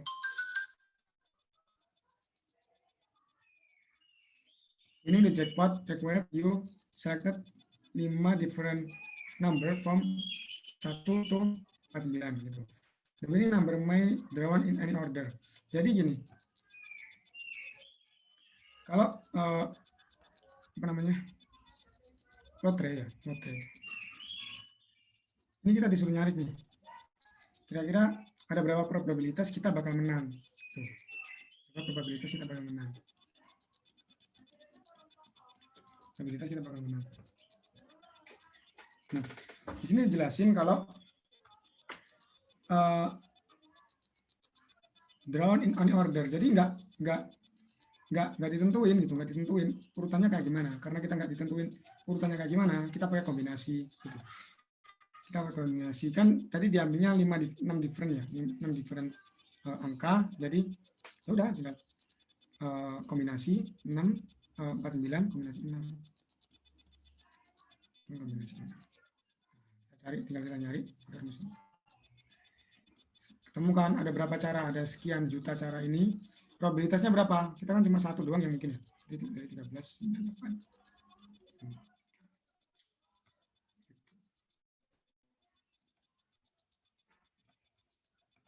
Nah, selesai. Ya karena aku sepertinya bingung sendiri ya. Aku nggak ada persiapan, mohon maaf banget. Ya kayak yang kemarin keren banget. Tidak nyiapinnya keren banget. Jadi ya udahlah, nggak apa-apa. Maaf banget, aku kecewa sama diriku sendiri banget. Karena nggak bisa ngasih yang terbaik buat teman-teman. Ya gitu aja. Aku udah kasih cheat-sheetnya ya untuk 456. 456 silakan teman-teman pelajarin sendiri aja lah. Nanti kalau teman-teman bingung langsung tanya aku, nggak apa-apa. Insya Allah kalau ngerjain soal aku bisa. Kalau jelasin kayak gini, sumpah aku bingung, nggak ngerti harus gimana. Ya sekali lagi aku mohon maaf buat teman-teman karena antriannya gagal, bisa dibilang. Ya, jujur aku cuma mencoba jadi ketua kelas yang baik buat kalian. Kalau aku merasa ngerjain statistika itu aku bisa, jadi aku ya mau gitu. Aku mau kalau disuruh mintain tolong buat ya sama-sama belajar lah. Tapi ya teman-teman lihat sendiri atau kalau nggak bisa kalau suruh ngajar ya udahlah. Itu oke, mungkin aku udah jelas ini. Teman-teman yang ikut juga cuma 4 ya. Nah gitu. Ya jujur aku sedikit kecewa lah sebenarnya sejujurnya. Cuma ya udahlah. Oke.